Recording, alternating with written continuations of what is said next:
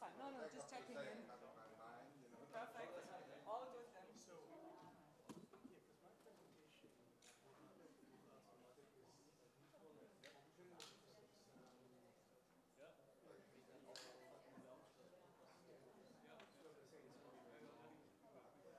Let me ask you here.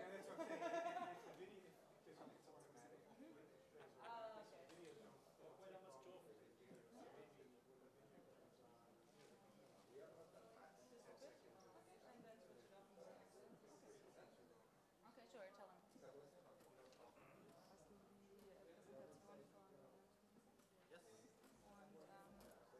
Steven Sykes, it's right here. And there is a video that he doesn't want to play. No. I'll show you. It's a video. I'll show you the format because it'll be easy to understand. Yes. So after each, is it playing?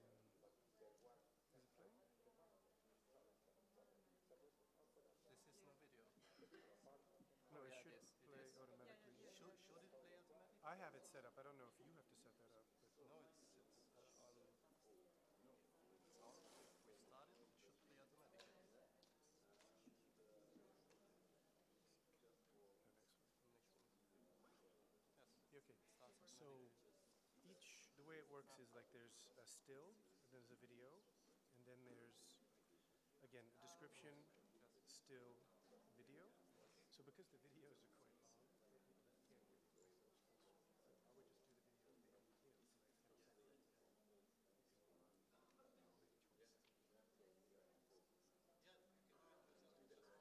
long, I can't really play those full screen. So I would just do the video at the end, so that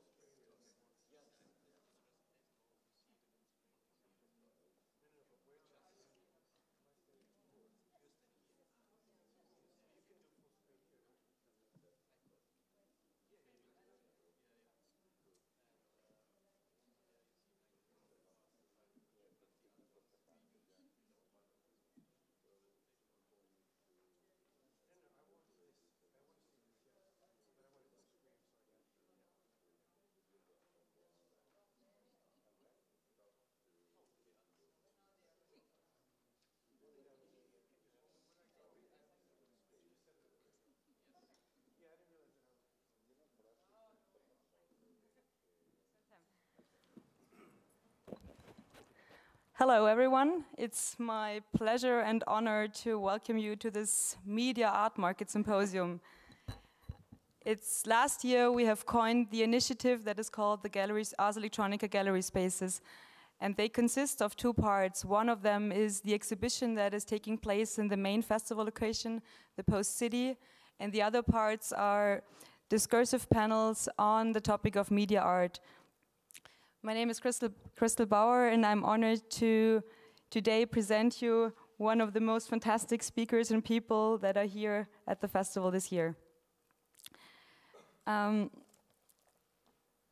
one of the main international institutions of media art, Ars Electronica plays a fundamental role in the promotion, dissemination, and creation of the recognition concerning media art worldwide.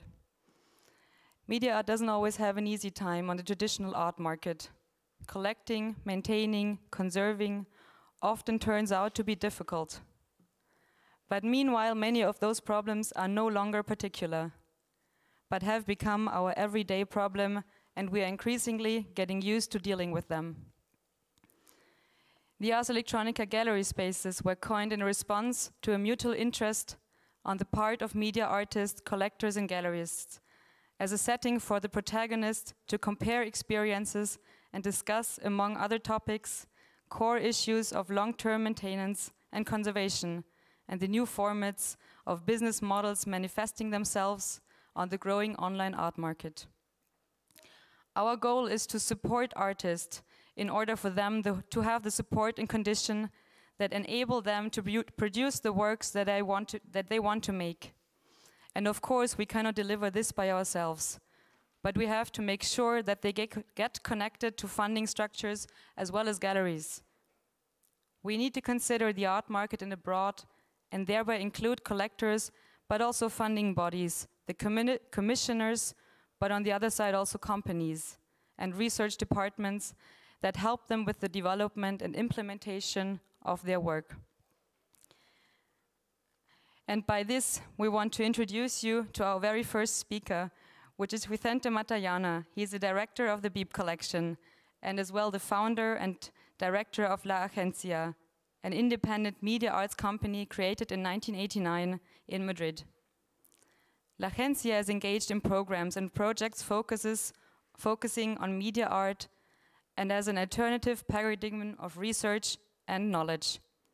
Vicente is also a teacher and lecturer and sits on international juries, seminars, and committees for new media art.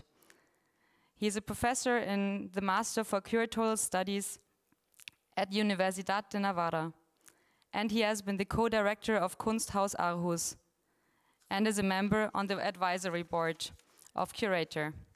Please welcome Vicente, and I'm looking forward to what you have to say. Come on stage.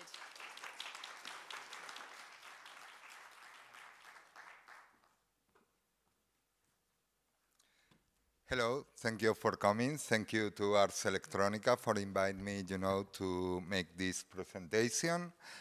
Sorry, I will try to don't forget my line, Well, I have my company, as Crisel said, but the most important thing for the topic that we are going to approach today is that we have been collaborating for the last 20 years with the Arco Art Fair, the Art Fair of Madrid. Inside the Arco Art Fair, since 1996 till 2010, has been a new media art section and a specific art section for new media art to push the market to approach to this new practice that, try to imagine, in 96 was completely a revolution, And in 96, I have to say that all the people that we were involved, I used to quote Mark Twain, we were not focused in any idea we were mostly in any idea to sell our products, or works. We were more focused, to create some kind of revolution, out of the tyranny of the market. And with the new director of Arco, with Carlos Surrot, when he got the direction in 2010, we decided to eliminate this new media art section because we thought that there was being a perversion in creating a ghetto completely out of the market. Of course, that was a really risky decision to see what's going on after. But since 14 years ago, at the same time, we are doing the Arco BIP Electronic Art Award. This is an acquisition award, and it's the origin of the Arco of the BIP Electronic Art collection that is presented. Thank you, Crisel. It's presented here in the Post City. And thanks to this award, we have record or how many galleries present new media art in Arco. The fascinating thing is that in the last since we got this decision, there is stabilized that between the 20 and the 25% of the art galleries apply to our award. So they are presenting some kind of new media or what they consider new media. Of course, this is not as the art market is related to the society, is related, and with the past crisis or with this crisis that never ends, the market has become more conservative. But we have these numbers stabilized in the 20s, in the 20-22%. I can remember that in 2013, that, well, my country was mostly going to the rescue, there was only the 30% presenting something. But right now we have this number stabilized. You have to consider one thing that is so simple. I was kidding with my colleagues about this metaphor. It's like when you ask, I have a Ford Mustang. How many Ford Mustang are sold in Spain? Just 491. Yes, but to the market only went, in 2007, 500 Ford Mustangs. So he's a really good bestseller, because mostly all the Ford Mustang has been sold. If you take the Ford Mondeo, there has been sold around 5,000, but went to the market 10,000. So it's a really bad seller. So this is it's a simple question of offer and demand. And we are not that much, we are not that much dedicated to new media right now. There is a lot of painter, a lot of sculptor, a lot of, but we are a new practice already. So I think it's what I want to discuss with my colleagues, and with that I finish my really quick intervention. I think that new media is really fair, is really well represented in the art market. In ARCO, we have seen that it's not necessary to have any, specific section because they need support, because we need support and whatever. We saw that has been really positive to eliminate the section. Here, between my colleagues, is Steven Sachs, that he has been always so clever, and he never went to the section because he thought that was completely a ghetto.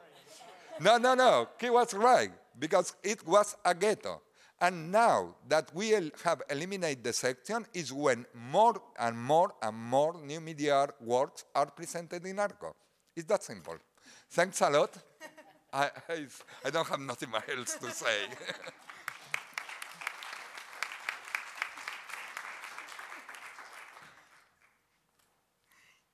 Thank you so much for that, and also thank you for bringing the Wieb collection and for bringing those wonderful works to the festival. Have you seen them? I mean, Paul Friedlander's sculpture installation is fantastic. It's in the gallery spaces in the Post City in the basement, and if you haven't, please do so, because it's absolutely incredible. And it's called Test 1, and I'm not sure if it actually needs a Test 2, but let's see. Our next speaker actually will be Ulvi Kasimov, and it's an honor for me to present him here. We have been starting to work with Ulvi in spring, actually, when Gerfried had the first meeting with you in Vienna. And from that start, it was basically all in, as I can say. You might have seen that Ars Electronica has launched their website on a new domain, which is called .art. So this is also the launch of our collaboration, which I hope will be ongoing for the next years. Ulvi himself is a Forbes-listed venture investor, collector and philanthropist, and the founder of the .art domain. They have launched the domain just recently in 2016, and he is dedicated to support culture in a variety of forms. And I'm really curious to finding out more of what he has to say. Please welcome Ulvi.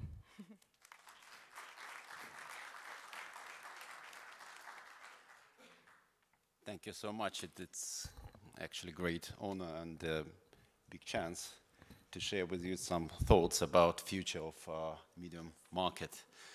I have some design and interior challenge in my place, because I have ugly rectangle black holes on the wall, TV screens, which actually I don't use for last couple years, because tablets replace it. So, and in some rooms I replaced with artworks. But then I start to think that actually that TV screens, it is ideal medium for providing digital art, which is from my understanding, it is a huge next big market. And this is not just my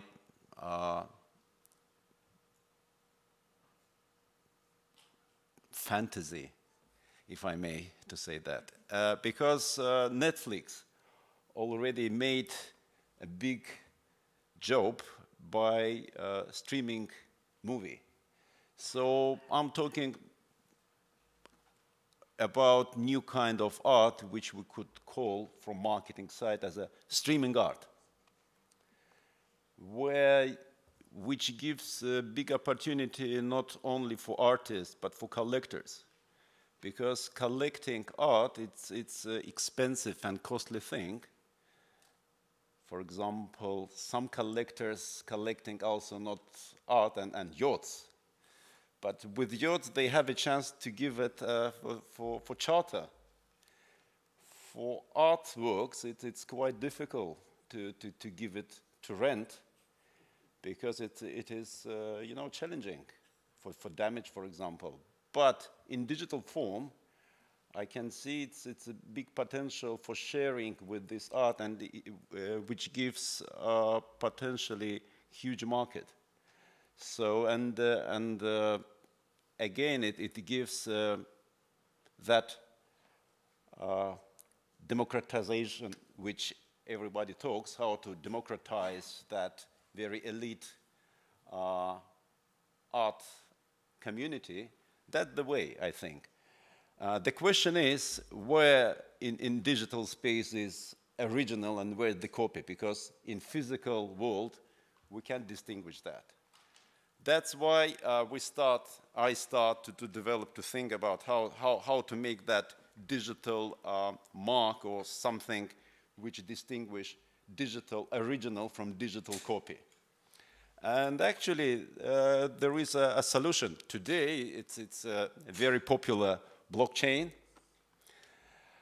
But for last 30 years, so all that time when internet existing, domains are that old-fashioned, old-style stuff thing. I prefer to develop domains, not blockchain now, because just from practical side, because it is you can just imagine how big funds you should spend just for educate art community, old ladies in museums to use blockchain. But for explain them website for art object, it's very simple. And of course, it is, I don't see any problem to access, to combine domain system technology with blockchain. It is not a rocket science. So it's just my thoughts. So I predict big next generation art. Maybe it could be some exhibition in Serpentine Gallery, let's say, or in Met, in MoMA, in some big art institutions which pioneering to show new media art. Then it could be practical roundtable among professionals about feedback, because again, from practical side, it's quite costly and expensive from resourceful thing to develop some exhibition with physical stuff. But if you have just a digital websites which you can just show on TV screens in the museum, you can launch every week in different places that kind of exhibition. And then maybe, again, in some big and well-known art fair like Art Basel or Frieze, make a stand with this kind of art objects. And I think it is in the beginning of that movement. Because last year I've seen among physical artworks with David Hockney exhibition in Met, I guess, yeah? It was last year. Some on TV screens, his iPads, his movable digital artworks, so which looks like, you know, it's already begin. Okay, that's it, actually, which I want to share with you. Thank you. Thank you so much, Ulvi.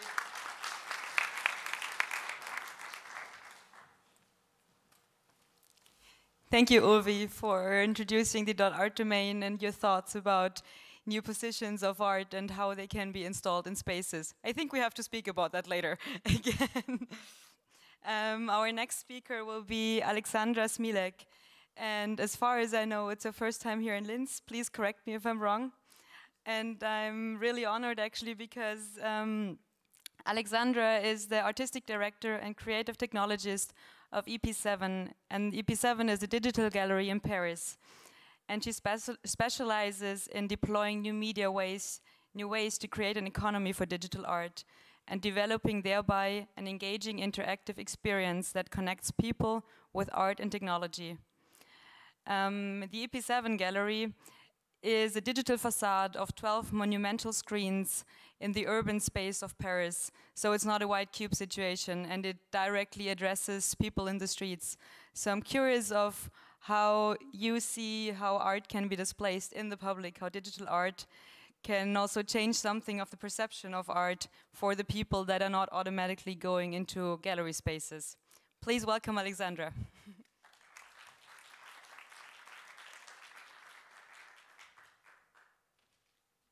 Thank you for having me. So I'm going to speak a little bit more about screens, but specifically about screens in the public space.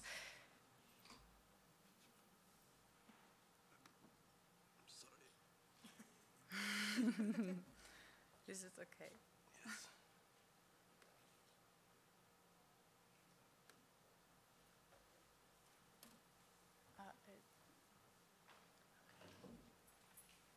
Okay, we're going to go back in 1955 at the Denise René Gallery, the famous Denise René Gallery of kinetic art in Paris. So in 1955, Vasarely in the Manifesto Jaune was writing, "We are on the edge of a new epoch. The era of projection on flat and volumetric screens during day and night has begun."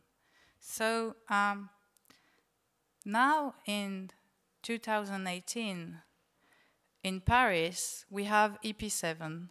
EP7 is a 3-floor building, and the facade is covered by huge monumental LED screen displaying digital art in the public space.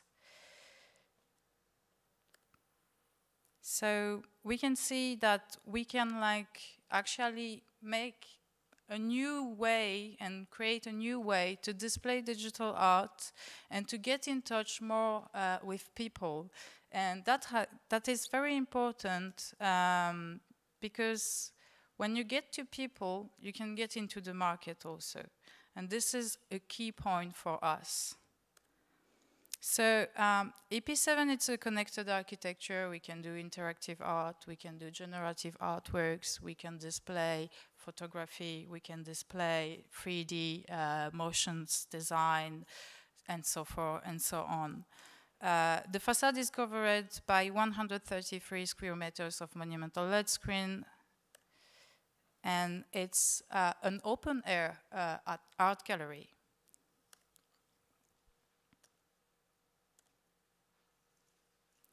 So the idea of EP7 was to invest underused spaces in the city to display art. So that's in total in this facade, 4 million of LED screen. The video doesn't work. I don't know if you can.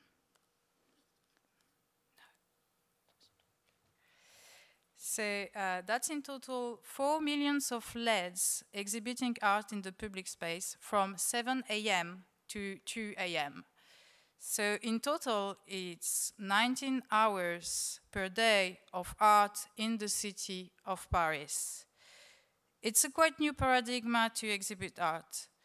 The EP7 is located in the 13th district, where, and we have one of the larger open-air street art museum.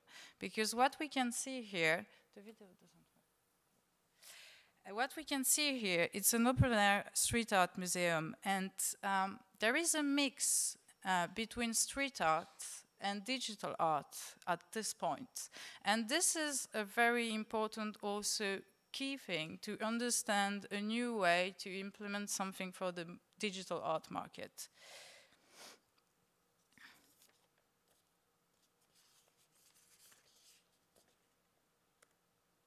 So, yeah, we are merging urban art with digital art. And because like in the 13th arrondissement, you have the biggest, the larger territory displaying digital art in the open air. Here you can see a piece of Obey, for example, but we have many, many of them. And EP7 is actually a continuum of this open air gallery. So I like to compare street art with digital art. I'm mixing the both all the time in my work also. Because like when you go back like 15 years ago, everybody, when we were exhibiting street art, everybody was wondering if there is art and if they should buy it. And I think we are actually in the same paradigm for digital art now. So we need to go public. We really need to go public as street art did it 15 years ago. Because now we have a real marketplace for street art and investors are following the market and investing into street art. But because street art went public. And with the digital art, that needs to be the same case. So be disruptive and show technology and architecture as the tool to convey art. Because most of the people, when they see screens on the street, they think automatically it's an advertisement. But actually, we need to disrupt this. When you see something, a screen in the city, you don't need to think that it's automatically an advertisement. And we need to beat for this, really.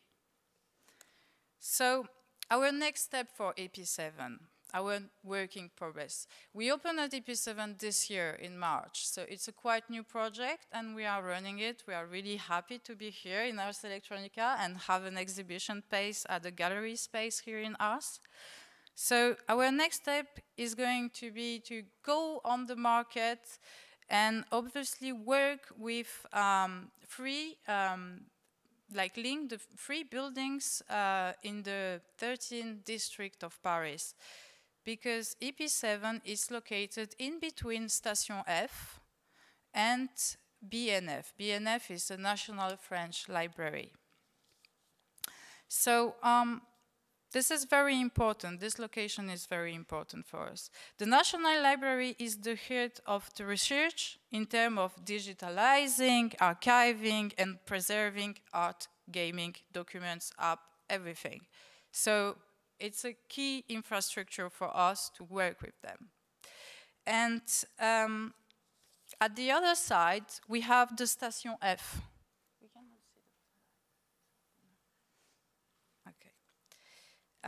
Station F, it's an incubating company, it's the biggest incubator in the world, actually.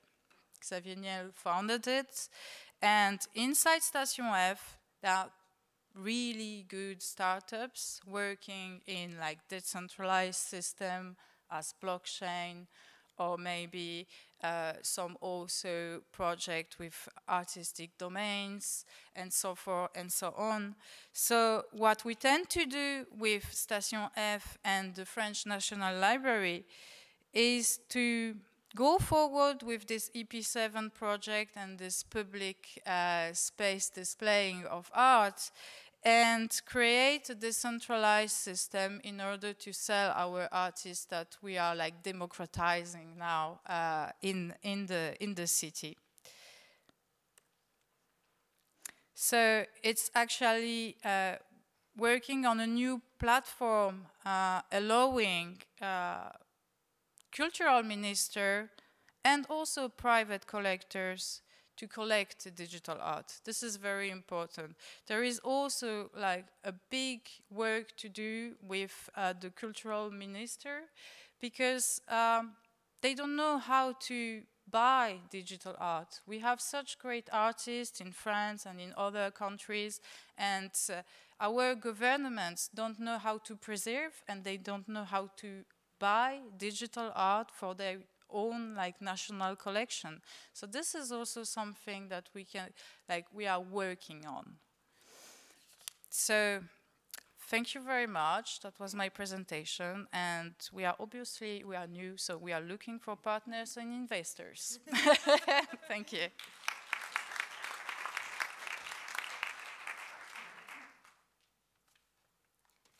Thank you so much, Aleksandra, for this wonderful presentation, and I'm really looking forward of what your next steps and goals are and where you're heading with this incredible space. Let me present you our next speaker, which is Stephen Sachs. Finally, we have managed to bring him back again to Ars Electronica, as you have been missing a couple of years, if I'm right informed. And, well, if you don't know Stephen, Stephen is the founder and director of Bitforms Galleries in New York. And Bitform, I mean, is for everyone that is working in the media arts field a notion, because he has been at the very forefront of introducing media art into an art market and supporting artists that are creating media art. And since 2001, Bitforms Galleries is representing mid-career and emerging artists, and that more or less critically engage in technologies and in different perspective and the rich history of media art as well. And by supporting and advocating the collection and ephemeral time-based and digital works ever since, Bitforms Gallery is really helping every artist here that they can be seen in the world. And I found actually a nice quote by you that I liked, and I just wanted to introduce you by actually saying that. And so, quote starts, "It's always difficult to define what new media art is, but to me it's not just about being you.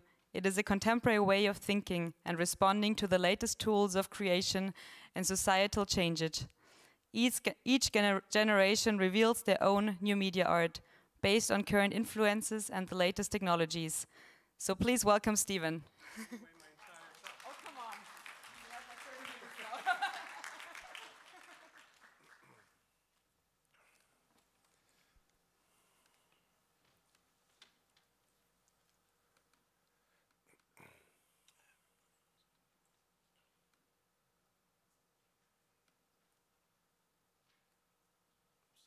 You can do full screen, yeah? Can you go full screen or? No, you have to keep it that way because really? you can't see the other picture. Okay, okay. Oh, shit. Sorry. I almost broke the laptop. Well, thank you very much. First of all, it's been a long time since I've been here. And it's changed quite a bit, I think, for the better. It's really evolved in a way that art is becoming more pronounced and more of a connection to the platform here. I started the gallery in 2001 basically because I was influenced by a number of pretty important museum shows happening. There was a show at the Whitney called Bitstreams, and there was a very big show at SF MoMA called 01010101.org, or I think that was it.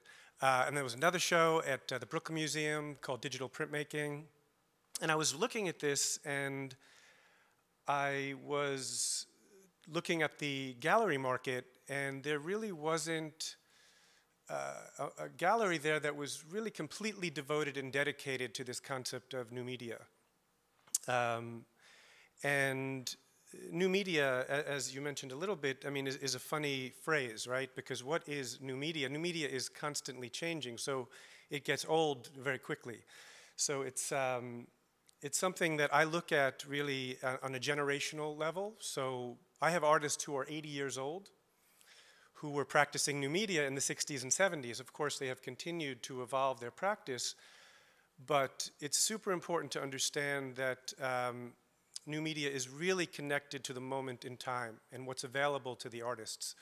And of course, technology is key to all of this. I mean, without technology, new media doesn't exist. It allows artists to go to places that are not possible with traditional tools. So really, it's essential to think about these terms. And I mean, as I say here, what is new media art? There's always an experimental notion about it. It really, I would never show in my gallery a traditional painting or sculpture or photography. Not that I don't like that work, but there's, it doesn't fit within the model I'm trying to promote. And the creative process and execution, as I said, is always influenced by new technologies. And I'll talk more in the conversation about how different technologies have had different impact on the creative process. As I said, it's defined per generation.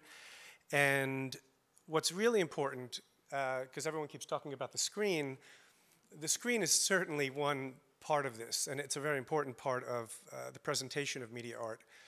But really, it's the presentation across a range of media. And again, although I said I may not show a traditional painting, I would show a painting in my gallery that has a different sensibility, a different process, an execution that goes beyond traditional techniques. For example, Adi Wagenknecht creates paintings using drones, or an artist can use algorithms to output certain painting pieces. So the alternative media is crucial, and it's also very crucial to the commerce side of it, because although I do love moving image and time-based media, the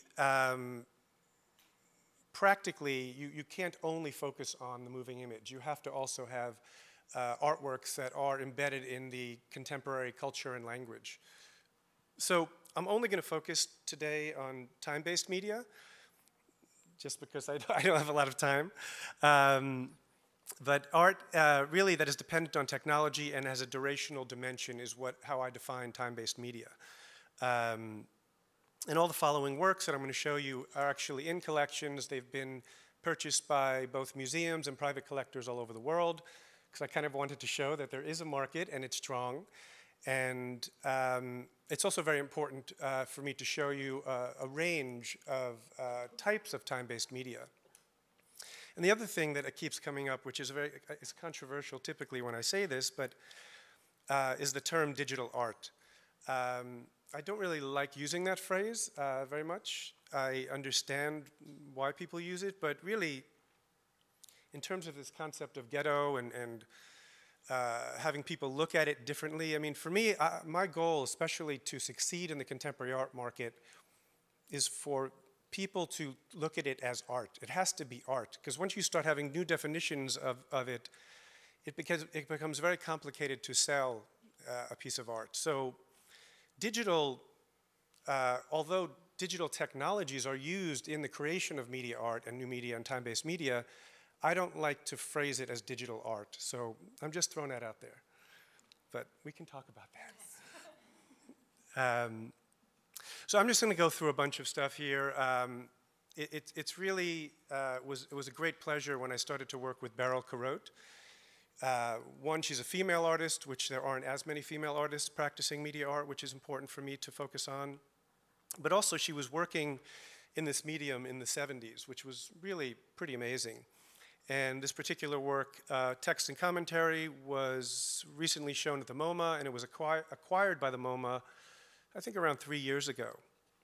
And this is a classic example of combining a range of media. And also what's cool about this idea is that she went and looked at kind of the initial historical foundation of computation, which is the loom and weaving. So she basically merged a multi-channel video installation with physical weaving. And here's a small example of the 5-channel piece.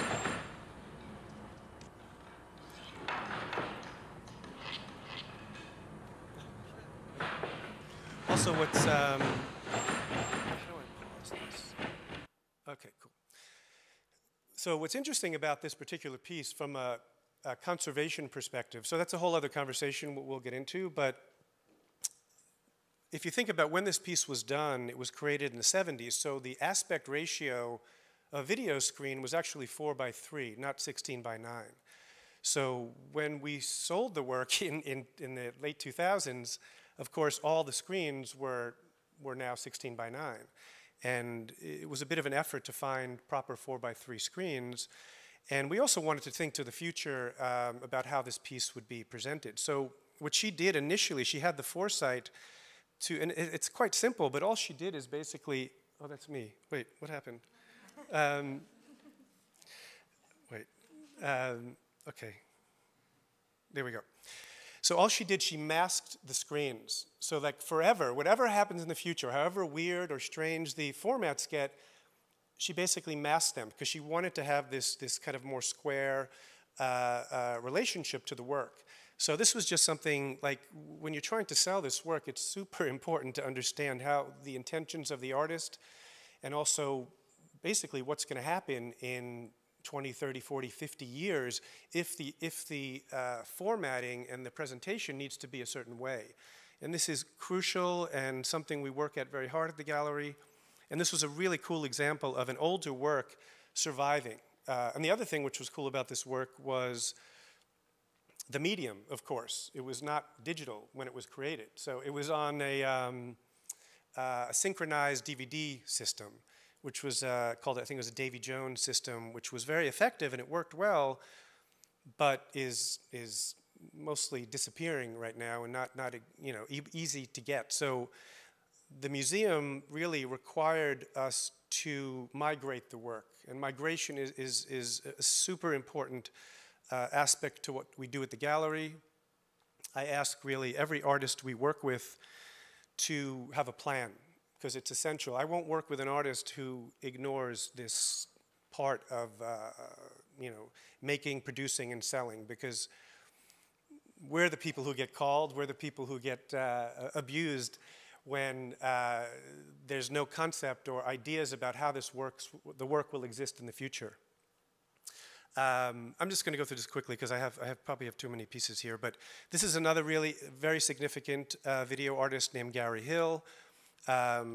Also very, very well collected around the world. This was a really nice integration of kind of performance, sculpture, video, and this piece was done in the 90s. We just recently showed this work at Art Basel in Switzerland. Tangent to my finger. So this is actually, what you're seeing there is what was projected onto the speaker itself, onto the pipe. Forming another skin. The skin of myself circulating with self-corrective So he actually filmed and spoke to this process. It was like a performative action dealing with the speaker, and then he then realized it again on the object. Shedding itself. I have my finger on it, moving it. But again, another cool idea here was like this was a completely different piece when he built it in the 90s. So I said to him when we went to the art fair, I can't really present this work to collectors in its existing format. We have to make sure that it is current and can exist a bit into the future. So it was quite a process watching him do that with the work. And the other category of work is just pretty traditional video art in a sense. You're going to see a lot of this artist Quayola around. He's doing quite a few projects with Neo, which I'll be speaking about in a second. His work, a lot of it deals with studying nature and using computational vision, algorithms to distort that, which then becomes very much an abstract work. This piece is a diptych version of a work, Pleasant Places.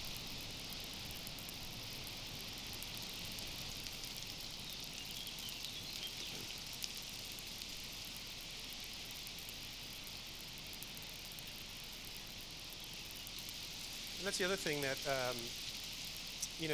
presenting work, screen-based work especially, is another interesting topic, because the way of presenting it, unlike buying a physical object which is basically in its form, exists in its form, screen-based work, like Crayola and the one I'm about to show you, when you acquire that work, it actually, there's a number of ways to present it. So unlike Beryl's work, which I showed you, and Gary's work, the artist defined that experience. That experience has to stay that way into the future.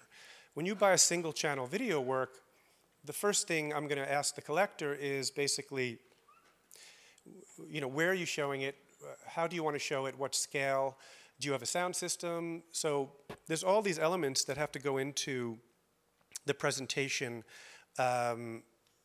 and all these options, which are quite nice, which Ulvi was saying, which is really special, is that it's not stuck in this place where you have to do this and it's forever there. Like video art basically can go from a 40-inch screen to a 95-inch screen to a 200-inch screen, and it can drastically change how that work is experienced in your home or in a museum. But in many cases, the artist also dictates the specs of that. So there may be a maximum or a minimum size. So in this work, Jonathan Monahan, unlike Crayola, who's filming the work and then addressing it, Jonathan Monahan, who also is present here, his work is completely created using computer graphics. And he really is in this kind of the vein of a surrealist. And he creates these bizarre worlds completely from scratch.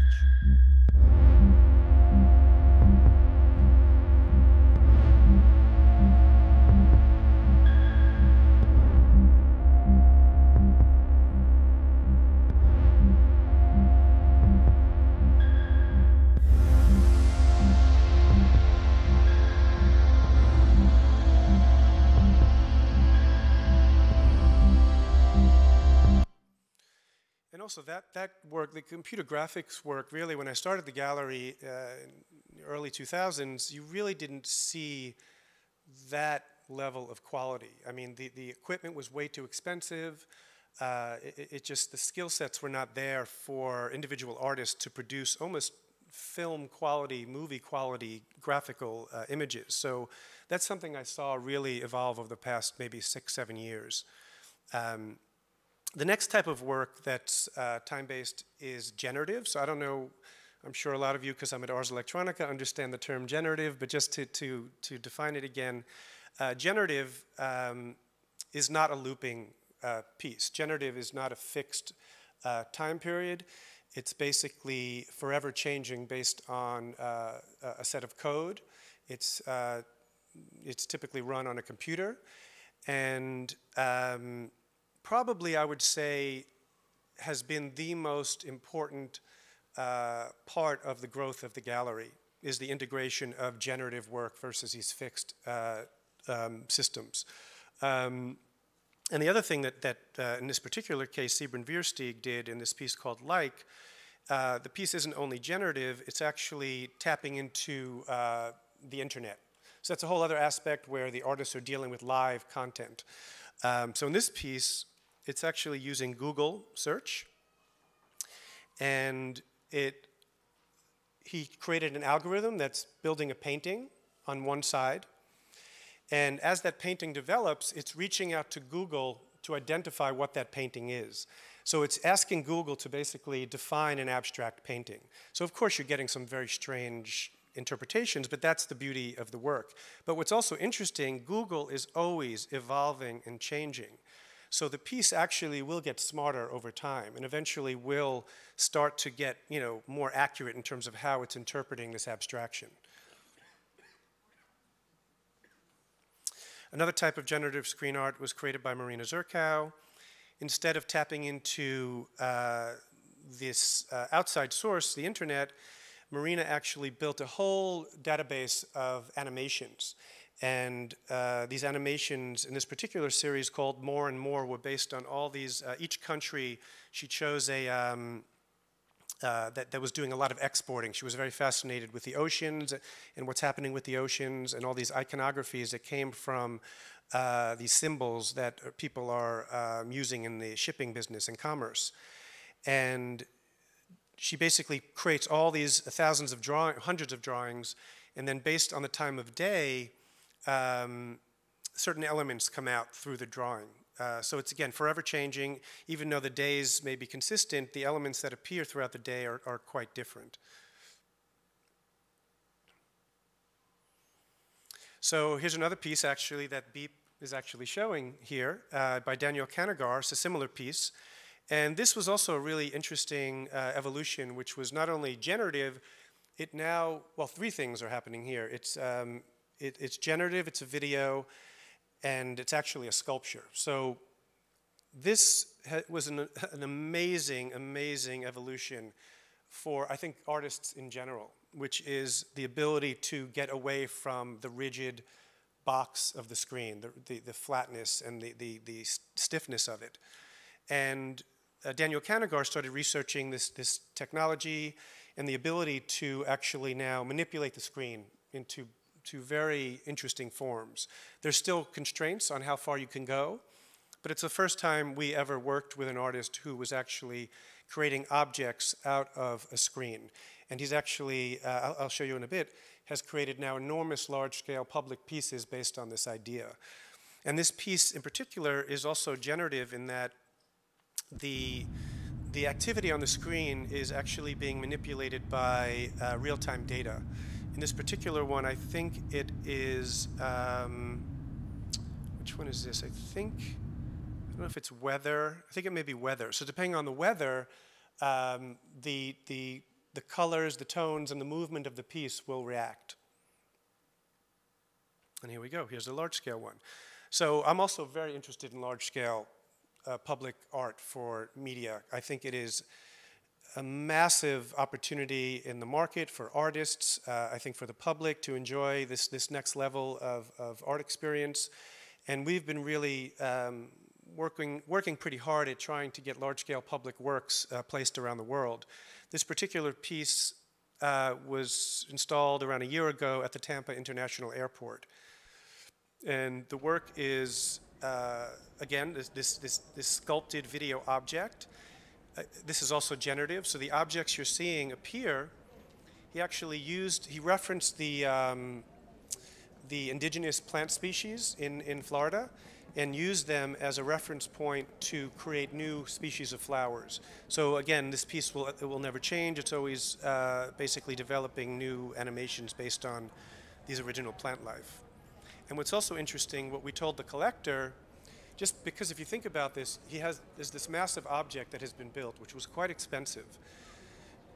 The artist, I talked with the artist, and we agreed that we can actually offer the collector a new animation every few years. So they can actually keep this beautiful object that was created, and if they want to have a new piece, we would offer that to them, obviously for a much, much lower cost. So this is, I have to show this just because it's a classic, and it's, I think, what did he show do I think the trash mirror? Do you remember what Rosen showed here? I think it was the maybe it was the trash. Oh, here he showed the penguins. Not here, but in Berlin. Oh, okay. So this is, it's not really time-based. This is more of a classic kinetic object, but he's really quite famous for this work, and it's really quite special. It's kind of the ultimate merging of traditional and digital. So basically, it's a wooden mirror. So they're physical pixels based on light and shadow that interpret the image as it sees it. And what's interesting about this work is that even when it's off, there's a beautiful object. So that's the other thing. Again, getting back to the screen is black when it's off. Certain objects that are active can be turned off and be treated as these sculptural objects, and there could be a dialogue with the art without them being physically on. Raphael Lozano-Hemmer. So this is another example. So interactive screen art. This is another category of work that we've been showing. And Raphael Lozano-Hemmer, who also, I'm assuming, he's had a Golden Nika back in the day.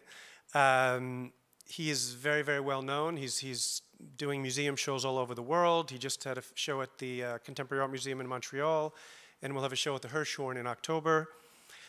He's very interested in surveillance and privacy and how the public interacts with the work in different ways. And this piece also is tapping into, again, getting back to these cultural issues of media, this ever-present issue of tracking and surveillance. So when you walk up to this piece, it's actually looking for your eyes. Once they're locked in, your body splits. And as other people enter the work, they become part of this experience. And also what was cool, in this case, we worked with Barco. But I don't know if you guys know Barco, but Barco is a super high-end screen and projection company, and they are very interested in our program because we're giving them interesting content. And they provided this screen, which was a very beautiful, unusual screen that we used in the art fair in Miami. I think this is the last work, and this is probably Raphael's most famous work, and also is dealing with the physical object. It's bringing in more of this idea of bio art, which I also have seen a lot here at Ars. This piece is collected by the MoMA and other various institutions. It is merging kind of human emotions, again, with technology. So when you walk into this room, you're grabbing onto a sculpture, and that sculpture is sensing your heartbeat. Your heartbeat gets translated to the light above. So everybody who's touched that sculpture in the room is leaving their heartbeat behind. So it's super emotional, beautiful, elegant presentation, but using technology. So it's really softened the work where, again, it's an artwork. It's an emotional art installation. It's not so much about technology anymore. Oh, sorry, one more. So this last one, sorry, this is just a really cool one. So Raphael also did a piece recently which showed in Basel called Zoom Pavilion. Again, this is getting back to face recognition, tracking, etc. But this one he did on a very large scale. So as you walk into the room, you're basically, it's tracking you. It's tracking people who are next to each other. So as there's a connection made, these two faces are put up on the screen. And everyone goes in there thinking this is like playful. They all want to do their selfies and Instagram. But this piece is a super aggressive piece based on basically military technology for targeting bombing areas. But no one even thinks about that. So there's a lot of this, contemplation that sometimes is missed when you walk into these pieces. But this piece has a real serious underlying idea behind it. Okay, that's done. Thank you.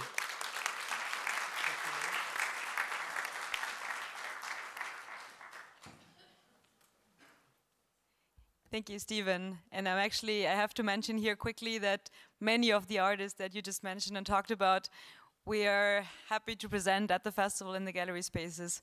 First and for all, Davide Quaiola, who has a wonderful installation in the gallery spaces, but also in the conference hall. We produced 4 super huge, large-scale prints of 4 times 3 times 6 meters. And if you have time, go there, especially in the evening, because then the light is super beautiful. As the next speaker and our very last, I would like to introduce Anne-Cécile Worms. And I was pleasantly surprised when ArtJaws contacted us last fall, actually.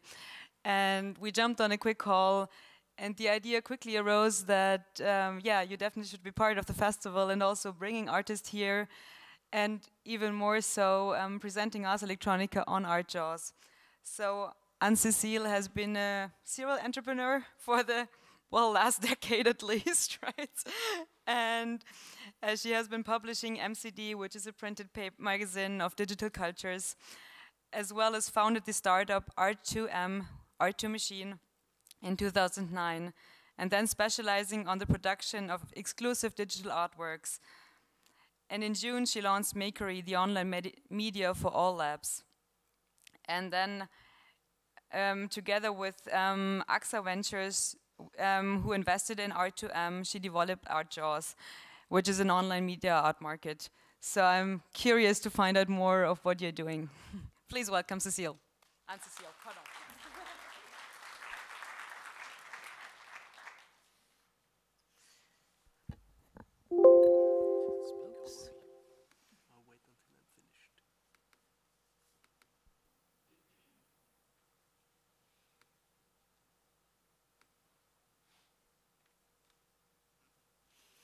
First, I want to thank Ars Electronica, the whole team, for inviting me here and for having this gallery space since last year. For me, it's a sign of the time that a festival like Ars Electronica is targeting the art market right now, because it was not obvious at first, especially here. It's not well known for art fair and art collector, and so I guess for me it's one sign very important, because before we speak about new media art, it was only displayed in festival, and all festival directors have been playing a huge role in distributing media art worldwide. So I'm just gonna focus today on the online art market, because I think it's one point that has not been yet described by our precedent speakers. Very quickly, I'm an entrepreneur for 20 years. As it has been said, I began with a non-profit association called MCD with Ada Fizir, who is here and who co-founded ArtJaws with me. We have been publishing MCD magazine. It was a printed magazine for 13 years, and we have wrote a lot about people speaking here, about bitforms, about Ars Electronica. Every year we were sending journalists to do like some feedbacks on the main festival and media art around the world. So MCD will be available online. We will publish all MCD archive at the end of September. So please look at the new website at the end of September, and you will find all our topics. Of course, we followed the evolution of technology. So every 3 months, we published a special issue with guest invited editor, like Annick Bureau, who was mentioned yesterday with Leonardo. One of the last MCD issue was about art and science, but also we published a lot about like the climate change and artists, about like drone and art, about it gave me a very interesting panorama, international panorama of what were and are still the main artists and institutions and festivals who speak about new media arts. The second media I've launched, it's online media. I've launched it 4 years ago with a team again of professional journalists touring the world. It's called Makery, and for me it's very related to ArtJaws, because the Fab Lab, Hackerspace, Bio Hackerspace are the new atelier d'artists around the world, because artists go there to find machines that they cannot access in their own atelier, not only 3D printed machine, but also laser cutting machine, brainwave, Hamlet, now of course artificial intelligence. In those labs, you will find a lot of art lab now around the world, because that's the new production space for media artists right now. So the map of Makery, you will find more than 1,000 labs referenced on our map. And for artists, it's a very interesting tool to know if you work with glass, if you work with wood, if you will find a specialized lab for each practice around the world. I've launched ArtJaws with Ada Fizir 2 years ago, because we were looking online where to find new media arts. And there is a lot of online art platform, but no really artists that we wanted to represent. We could find some video art, we could find some like digital photography, but nowhere we could find really the pioneers and the artists that we wanted to represent. So ArtJaws was born on that on that reality that there were no place to find proper and only media artists online. So ArtJaws is only focusing on art and technology. We are now inviting guest curator to choose and select artwork for us, but we have also our selection committee, so it's a very curated platform and marketplace. We work directly with the artists, but we work with artists and their galleries. The idea is to represent artists, whether emergent, whether well-known, whether if they have agent or gallery, whether if they have not. So it's really to represent the larger scale of new media art. Of course, we are not focused on one media like screen-based, or we can sell oil painting with video projection, we can sell digital photography, we can sell installation. Of course, we can sell also time-based and video arts, but the idea is really to represent the diversity and the quality of what is media art right now. And as Steve said before, it's not all about technology. It's really all about art. We have more than 700 artwork on ArtJaws right now, and we try to go to the art fair to represent artists, even if it's on the off of Art Basel, of Basel Hong Kong, of Basel Miami. We think that's the place to meet the art collector and to begin for them to know about what, of course, Ars Electronica is speaking about for years, but for art collector is still a new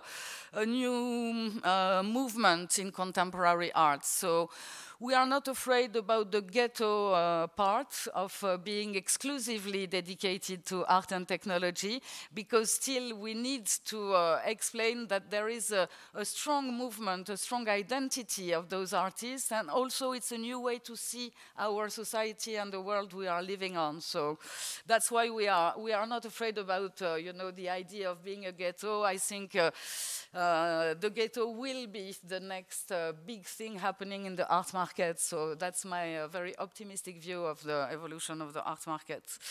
Of course, it's difficult to evaluate new media art specifically for emerging artists, because usually in the art market you take the production cost and you multiply by 3.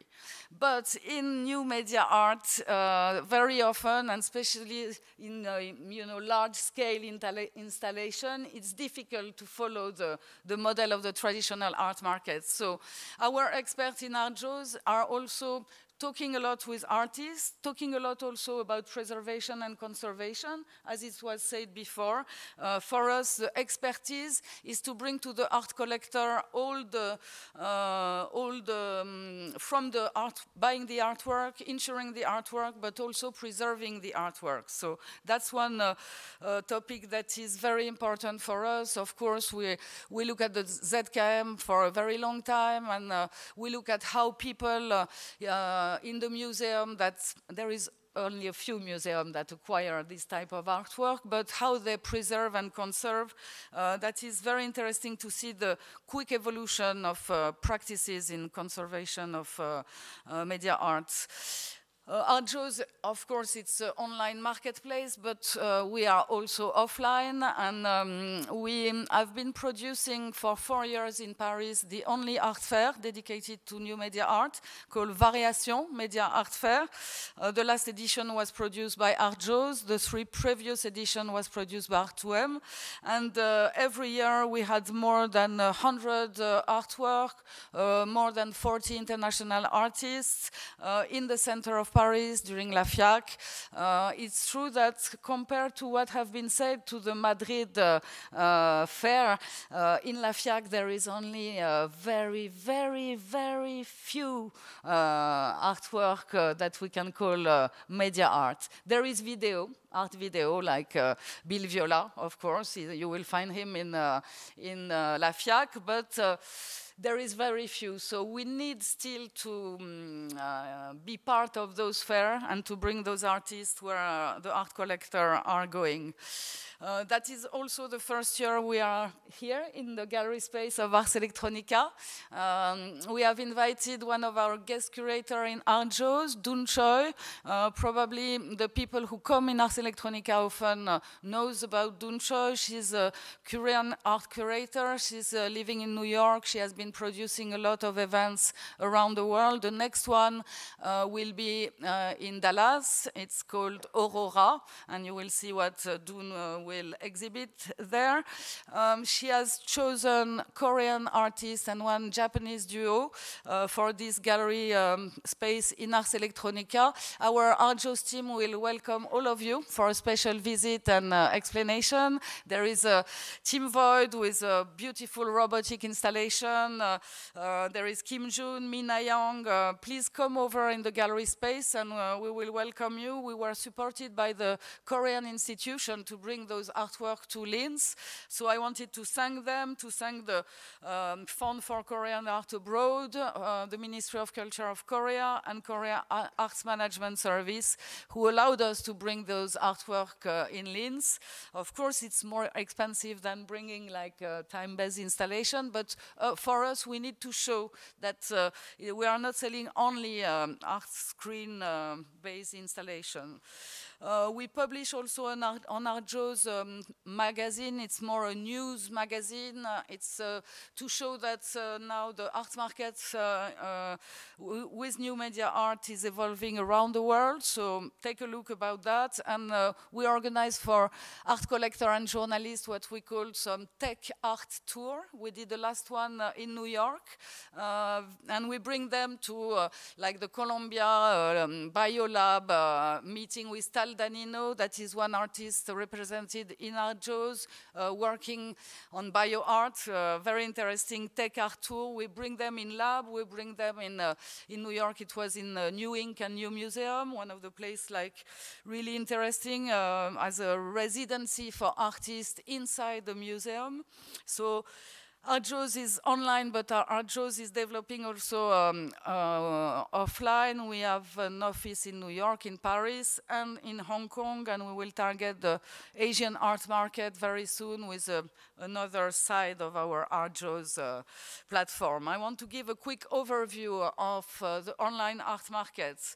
Today, it's about $3 billion, but you're going to see it's increasing so fast that in 2020, it will be about $10 billion. So it's a moving market, and everybody is looking who will disrupt this market. ArtJaws will not have this pretension, but we are the first comer to speak about new media art. You will see that new media art on the sale are representing about 17% now on the online sale. And for us, it's a very interesting movement because it was only 14% in 2014. So in 2 years, it has really increased even more than the art market online. Chinese are really buying online. They buy even a lot on their mobile phone. That is also an evolution of the online art market.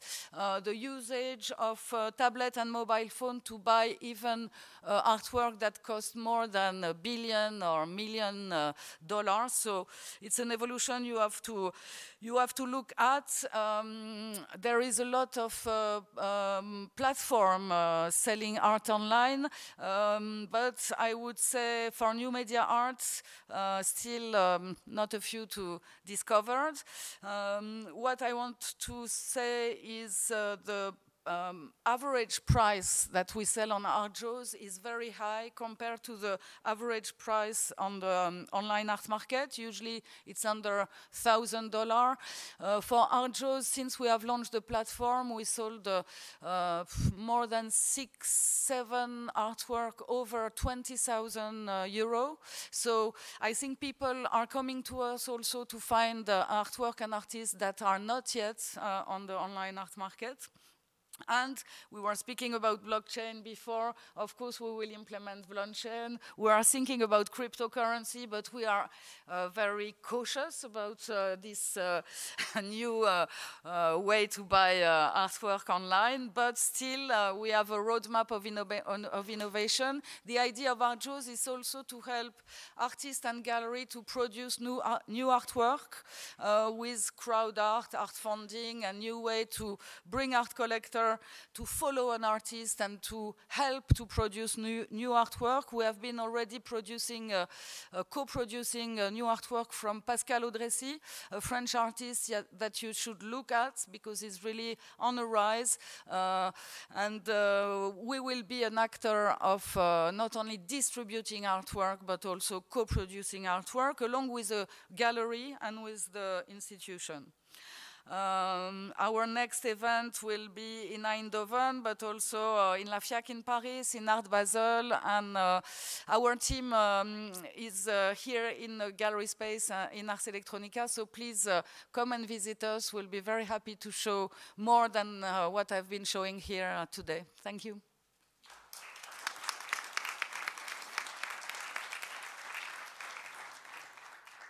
Thank you so much, Anne-Cécile. It was a wonderful presentation and also finding out more about the whole cosmos that you have created with those several institutions and companies. Actually, I would like now to jump into a Q&A. And I mean, I did prepare a couple of questions, but please feel invited to also share your questions with us. And then we later are going to open it up to the audience.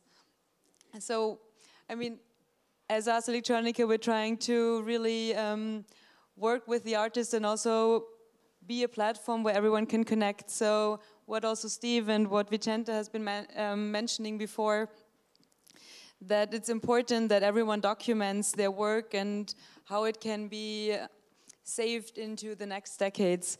And also at the same time can be, for example, a film, a digital file, does it need to be restricted to a certain type of format, or is it a file that can be shown of any type of computer or screen? So I'm really interested, for example, Vicente, if you can explain a bit, as you've mentioned before, that you have digitalized the whole collection, and what is important for you? What do you need from the artist to be able actually to work with them together? Well, hello. Well, tomorrow we have a panel about preservation in the post-city, but as Steve said, you know, we have a strict politic inside the collection, how we receive an artwork, how we receive all the documentation of the artwork from the minimum plan for the minimum plan diagrams, you know, all the technological specification, and we have implemented also, you know, in the files that we receive from the artists, for example, from Daniel Canogar, that is a really good example of good practice. And also we have implemented what the artists allow us to do in the future. I consider, as I will explain tomorrow, you know, that there is a lot, maybe too much theory around, you know, that what we will do in 20 years is science fiction, directly, not? The problem is now, the problem is here, and it's not that complicated. You have to realize that everybody's thinking, okay, to preserve new media art is so complicated, but we can preserve a jumbo, you know, and going back to the big industrial model, you know, and we know how to fix, and a jumbo is working after 30 years, you know, and bringing people safely from one part to the other. You have to realize that the Guernica, you know, everybody knows the Guernica from Picasso, every year eat the 50% of the budget in preservation of the National Museum. So it's really complicated to preserve. New media art at the end is about diagrams and about permits and about methodology. And I think so. Thank you. Thank you very much. And I mean, I don't know, you want to add something to that, or it's good for now? Well, I think part of it is every work is different. What's interesting is we're working with Neo, which is a company that is present here in the bunker, and they have provided something for me as a gallerist and other galleries who are dealing with video art for a standardized platform for screen-based work. And that's something that has helped my artists, and I think will help the entire category of artworks and artists dealing with that type of medium. It offers standards and metadata and preservation tools that before was very scattered and not easily understood. So the video art side of it, I think, will be really easy to maintain into the future. It's also a much more ubiquitous form. As I was saying earlier, the computational stuff is the most complicated. So that is connected to an active operating system, and operating systems tend to change often. So when we sell a work, there is a responsibility that the collector has, and we actually now have a contract with a collector. Not so easy to get them to sign, but it basically states who has what responsibility. So they know right away, like, if something happens, who would take care of it.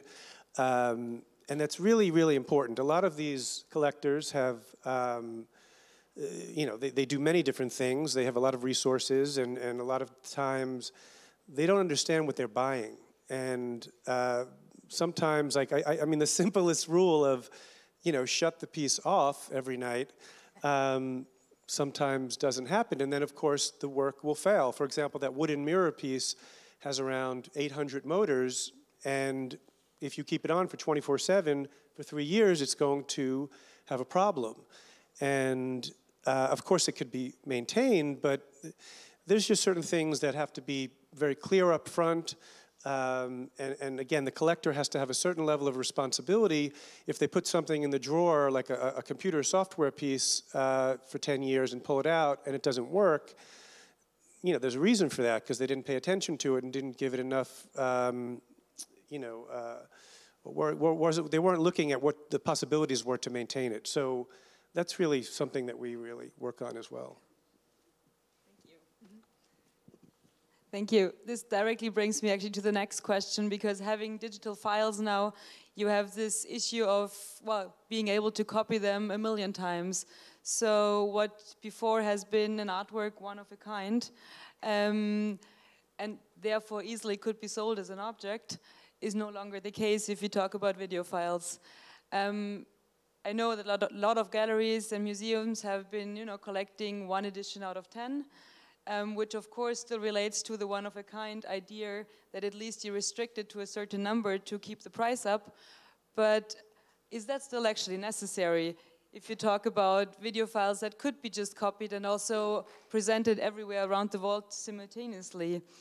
So where do you see also then the responsibility of the collector that is supposed to buy something that exists for maybe 10,000 times, obviously to a lower price, but probably is supposed to show it also maybe outside of his house. So I would be really interested in what ideas you have, Anne-Cécile, about editions. Well, I think the problem has begun with photography, and so it's not a new problem for us. Stream art is a very interesting topic. We've been renting a lot of artwork, and some artists, they prefer to rent than to sell because it brings them more cash. So, but we rented artwork more in, like enterprise social basement for their, like hall where they receive people. For arts space, I would say the rental is not working a lot. So we displayed those in airport, in Paris, in train station, in hotel. That is for us really the target of streaming art. And when you rent, there is no problem of duplication.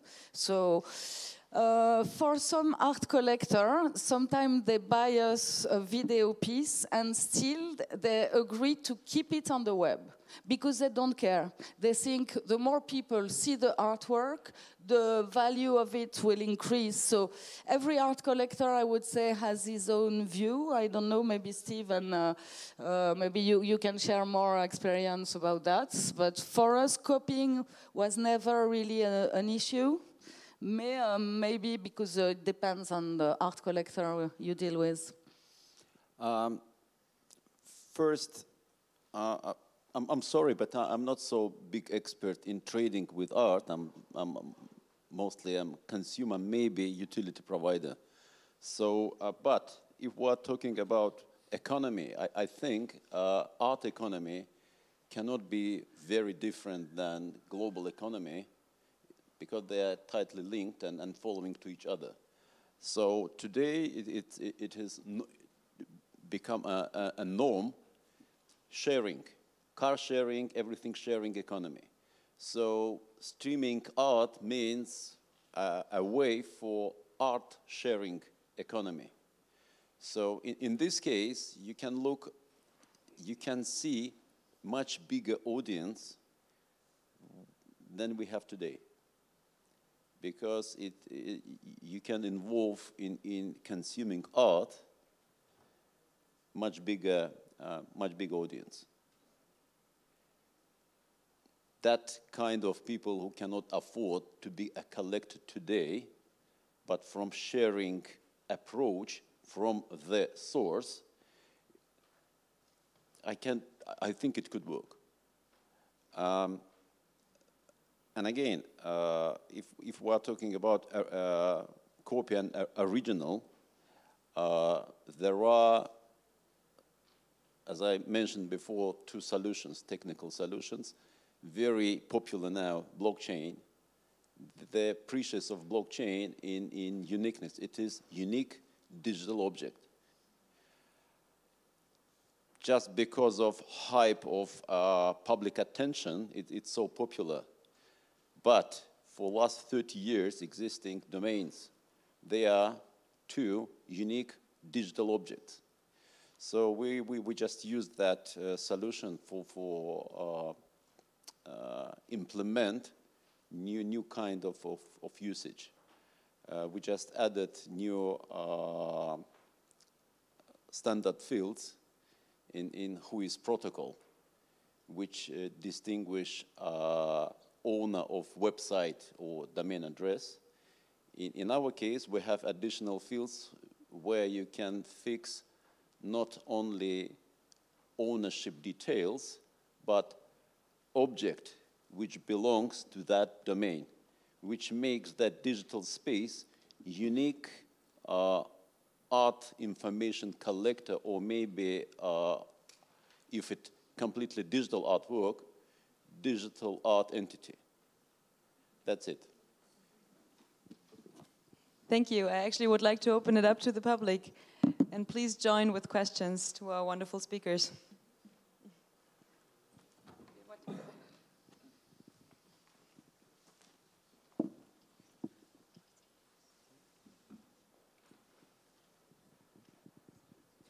Yeah, hello. I have a question to Aleksandra Smilek, because if I understand you correct, you made a juxtaposition of street art and urban art, or art in the public space, and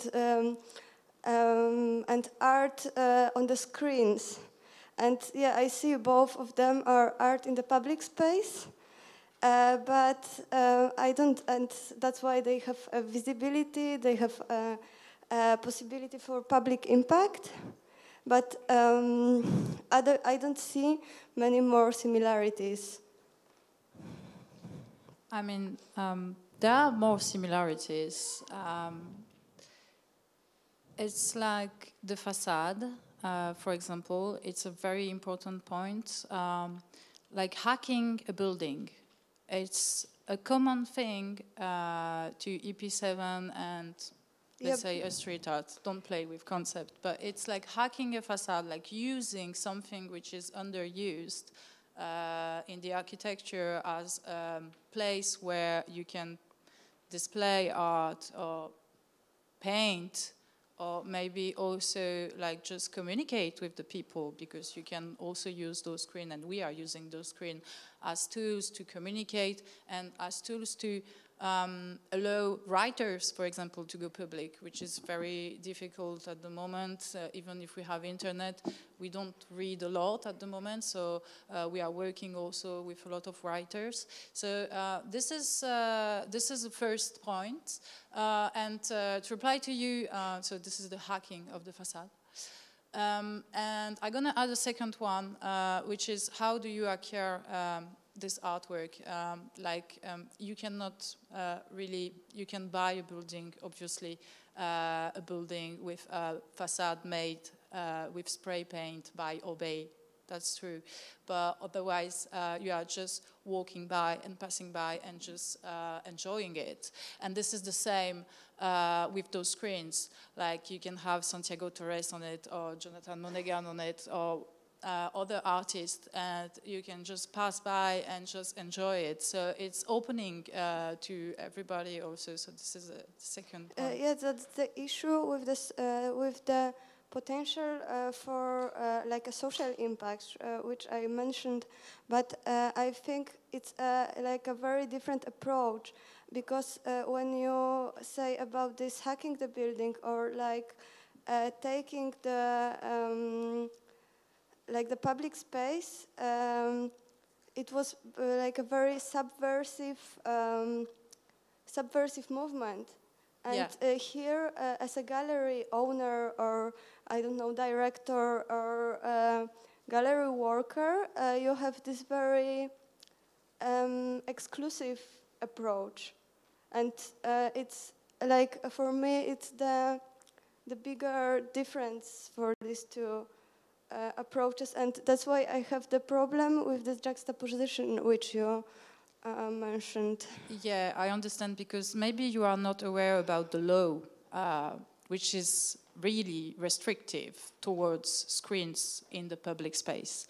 So we've been fighting for many years, actually, to get this building, because in Paris and in many other cities, you cannot display images, advertisement, or creative advertisement in the public space. Yeah, so we needed to convince the law to change the law towards screens in the public space in Paris in order to get this thing done. So it's also something subversive, because we are changing the way we see screens and the way we see art in the public space.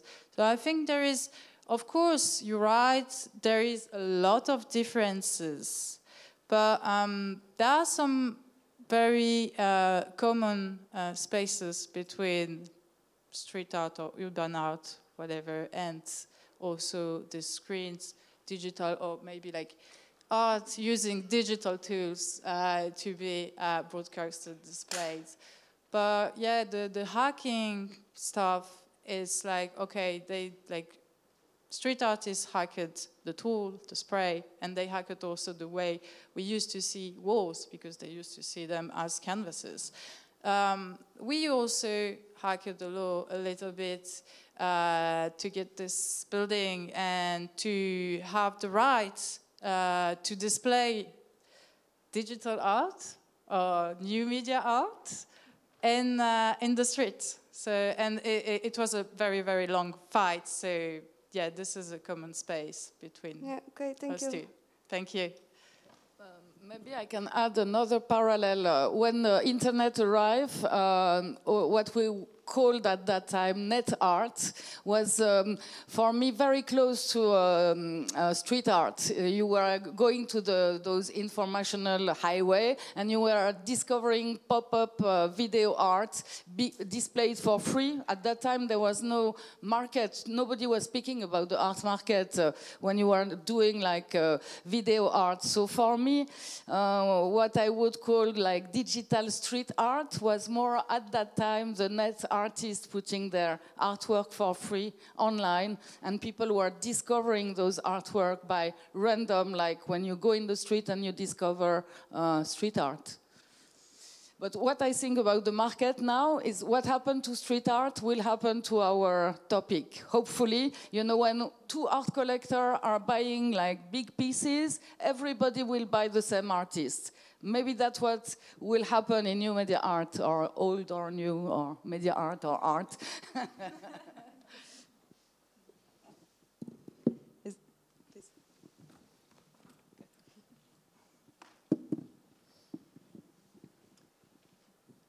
Yeah.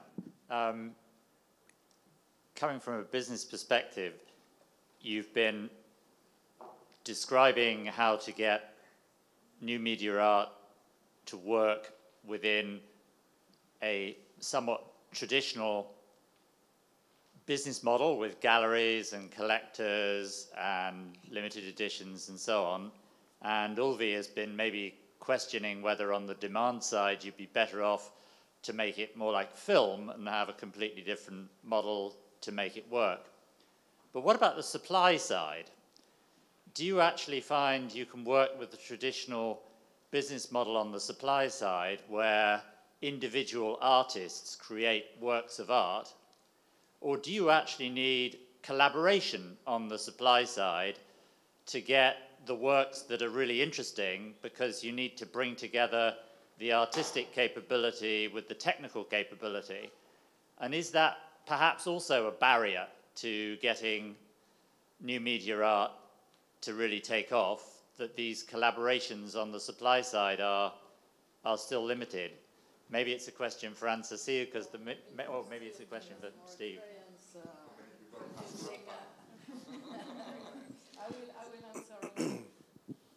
Let's see. Well, this in terms of the supply situation, all the artists I work with, most of them have collaborative parts of their art practice. Some of them don't. Some of them do have a multidisciplinary where they do software, they do sculpting, they do painting.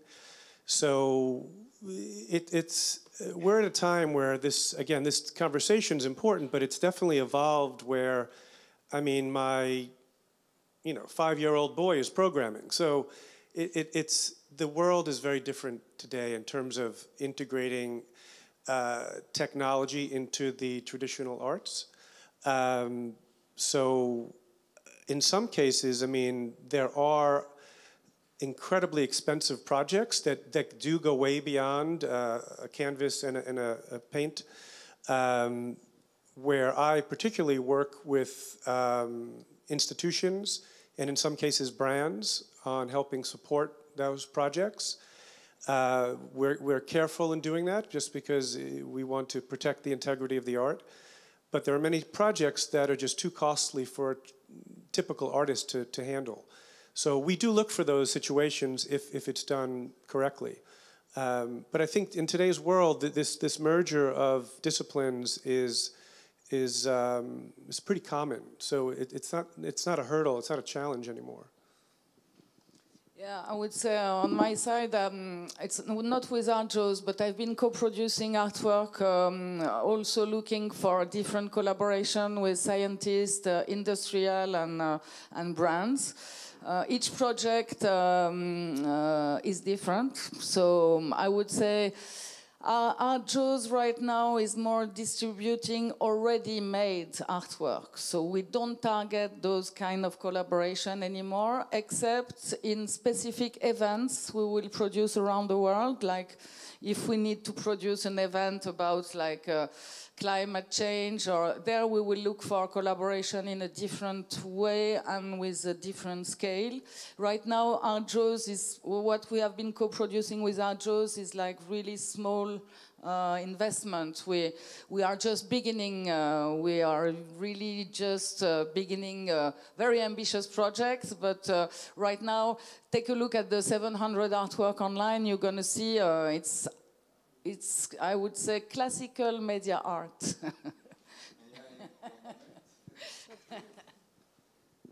Well, from the perspective of the collection, you know, from the VIP Electronic Art collection, of course, we buy art. We buy directly to the galleries, you know. We have an award in ARCO, but also we have a production and research program, the Advanced Technology Art program, that you can see the first test in the gallery space.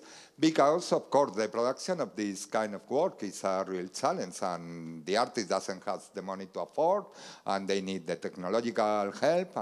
So it's even from the collector side, it has to be more dynamic, not to be, you can collect a new art with a classic mentality, you know, it's ridiculous. Thank you very much. And unfortunately, we have to close now, but I please invite you to continue the discussion that now actually gets really interesting later onwards. And also, I want to invite you to stay for the Visionary Pioneers Forum that is shortly going to start. Thank you very much for being here, and let's continue.